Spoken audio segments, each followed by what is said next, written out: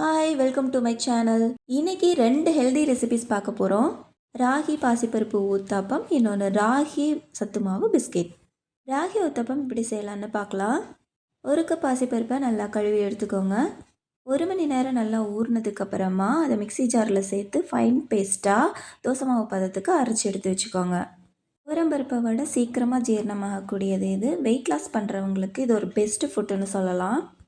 ஃபைனாக அரைச்ச பாசிப்பருப்பு விழுதோட நம்ம 1 கப் அளவு ராகி மாவையும் சேர்த்துக்கணும்.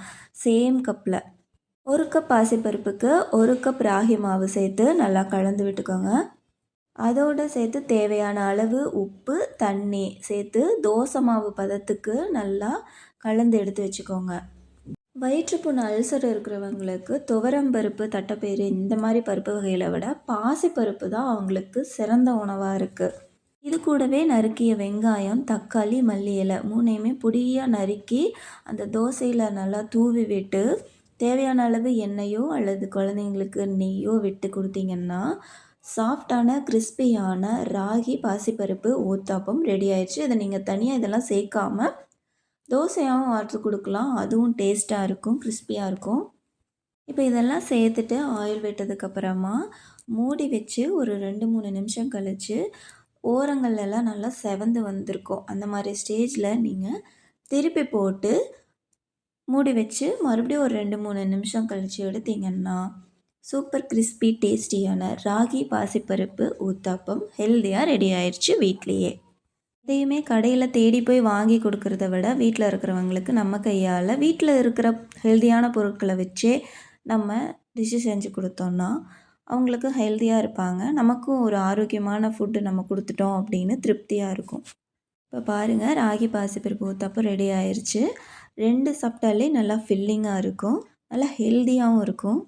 தொட்டுக்கிறதுக்கு சைடிஷாக தேங்காய் சட்னி, வெள்ளை சட்னி, இல்லை கார சட்னி, இல்லை தக்காளி சட்னி, புதினா சட்னி இதுக்கு பெஸ்ட்டாக இருக்கும். நான் இன்றைக்கி புதினா சட்னி தான் வச்சுருக்கேன். அவளுக்கு ரொம்ப பிடிக்கும் புதினா சட்னினா.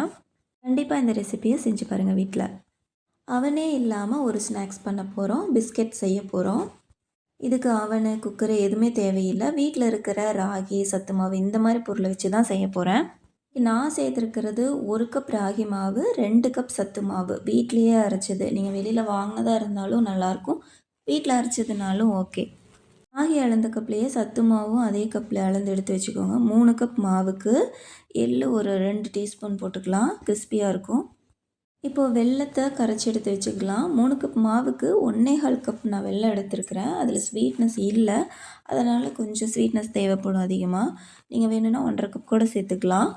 வெல்லம் நல்லா கரைஞ்சதையும் அடுப்பை ஆஃப் பண்ணி எடுத்து வச்சுக்கோங்க. இப்போ மாவு ப்ரிப்பேர் பண்ணுறதுக்கு வெண்ணெய் 2 டேபிள் ஸ்பூன், 2 அல்லது 3 தேவைக்கேற்ப சேர்த்துக்கோங்க. அது எல்லாத்தையும் சேர்த்து நல்லா பிசைஞ்சு கொடுங்க. கட்டிகள் இல்லாமல் நல்லா பிசைஞ்சு கொடுக்கணும். மாவு எடுத்து பிடிக்கும்போது இந்த மாதிரி நல்லா பிடிக்க வரணும். இந்த மாதிரி ஸ்டேஜில் கொதிக்க வச்சு ஆற வச்ச வெல்லத்தை இந்த மாதிரி வடிகட்டி மாவில் சேர்த்து நல்லா பிசைஞ்சு கொடுக்கணும். இந்த வெள்ளை கரைசலோட எள்ளு, பட்டர் எல்லாம் சேர்ந்ததோட நல்லா கலந்து விட்டு மாவை நல்லா பிசைஞ்சு நல்லா ட்ரைனஸ் எல்லாம் போக வரைக்கும் நல்லா பிசைஞ்சு கொடுக்கணும். மாவை எடுத்து ஷேப் பிடிக்க வரணும். அந்த அளவுக்கு நீங்கள் கடைசி வரைக்கும் நல்லா பிசைஞ்சு எடுத்து வச்சுக்கணும். பாருங்கள், அது இந்த மாதிரி தான் இருக்கும். பிஸ்கெட்ஸ் எந்த ஷேப்பில் வேணும்னு நினைக்கிறீங்களோ அந்த ஷேப்பில் மாவை பிடிச்சி வச்சுக்கணும். உங்கள்கிட்ட டூல்ஸ் இருந்ததுன்னா அதை வச்சு அந்த ஷேப் வரைக்கும் கொண்டு வரலாம். இல்லாட்டி கையிலேயே ரவுண்டாக பிடிச்சி ஃபோக் வச்சு அமுத்தி அந்த மாதிரி டிசைன் சிம்பிளாக வேணும்னாலும் வச்சுக்கலாம். உங்களுக்கு என்ன ஷேப் தெரியுதோ அந்த ஷேப்பில் க்ரியேட்டிவாக நீங்கள் செஞ்சாலும் அதுவும் பார்க்குறதுக்கு அழகாக இருக்கும். இரும்பு தோசைக்கல் காஞ்சதுக்கப்புறமா அதோட சென்டரில் சுற்றியும் வச்சு லைட்டாக ஆயில் விட்டு மூடி போட்டு டபுள் சைடு 2-3 நிமிஷம் வேக விட்டு எடுத்திங்கன்னா ஹெல்த்தியான ராகி சத்து மாவு பிஸ்கெட் ரெடி. இந்த மாதிரி ஈஸியான ரெசிபிஸ்க்கு ஃபாலோ பண்ணுங்கள். பாய்.